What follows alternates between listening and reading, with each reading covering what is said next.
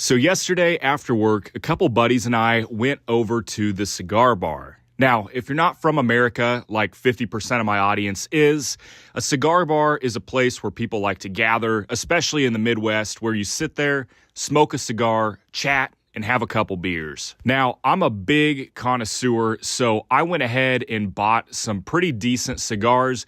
They were about $24 a piece. They're a pretty good deal.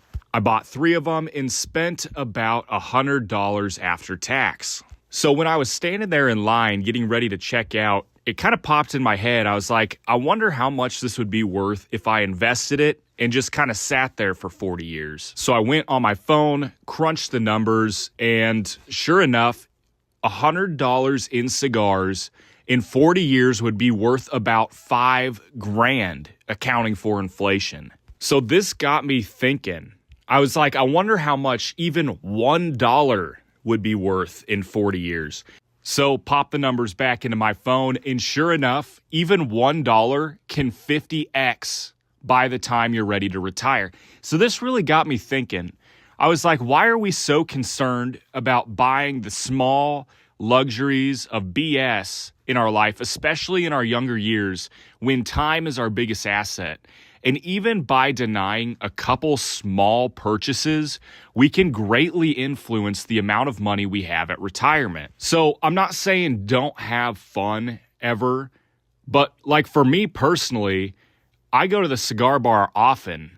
If I, instead of buying 3 cigars every time, if I only bought 2 and saved about $33 a couple times a week, at retirement, that would be worth like $500,000. I mean, I'm just arbitrarily making up that number, but I don't think it's going to be too far off what it actually could be. So if you're young right now, especially in your 20s, I highly recommend looking at your expenses. Look at your credit card statement, your debit card statement. Where does money actually go every single month? Are you spending money on subscription services or just bullshit that you don't need? Are you going to McDonald's 3 times a week or eating out, right? You need to make sure you know where your money is going and understand every time you spend $10, you're risking $500 at retirement. So I had a brief understanding last year about what each dollar means that gets put into my bank account by my job. And basically, I came to the conclusion that I needed to be cutting my own expenses.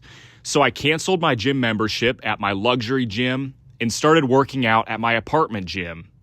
When my lease was over at the apartment, I moved to an even cheaper place that was still in a safe neighborhood, but it was about $300 a month cheaper. Same thing with insurance. I went ahead and called all of my different insurance companies and got cheaper rates after switching between companies last year.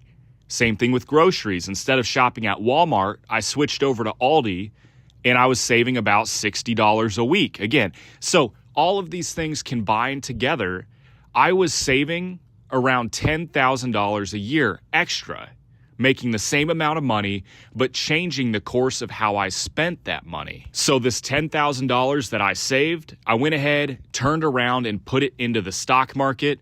And by the time I'm 60 years old, that should roughly be worth $400,000 to $500,000. And all it took was 1 year making a couple small tweaks and changes in my life.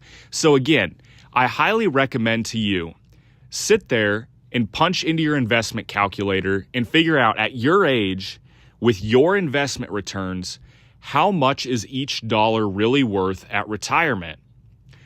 After you see that number, I'm sure you'll have the same conclusion as me, but sit there after that and think, how can I preserve more of my money so that I can invest more so that I can have a nicer retirement?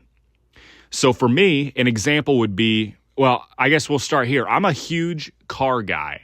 I love Mustangs, Corvettes, Camaros, just anything American with a V8 in it. Perfect, right? I would love to have one of those cars. Well, I guess I've been kind of wanting one of those cars ever since I was 16.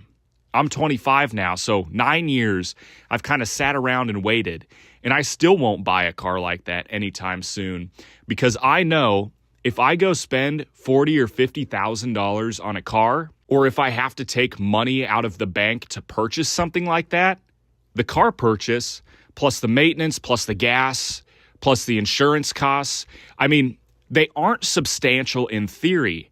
But when you think about, again, what each dollar means at age 25 compared to retirement, I said, man, I'd rather not have a nice car now. I'd rather drive my pickup truck for a cheaper price and buy a Lamborghini when I'm 60.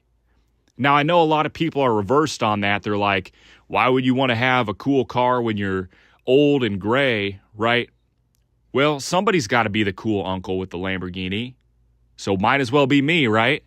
Anyway, I'm just giving y'all a ton of examples here, but I think I've got the point across. So go ahead and leave a comment if you've realized this too. Let me know, how much is each dollar worth in retirement with your age? I'm kind of curious to hear everyone's perspective here. And if you haven't done so already, go ahead, hit that subscribe button. It costs you nothing. And I've only got 30 subscribers, so it would mean the world to me if I even saw one more number on there. But without further ado, I appreciate you all for watching, and we'll see you in the next video.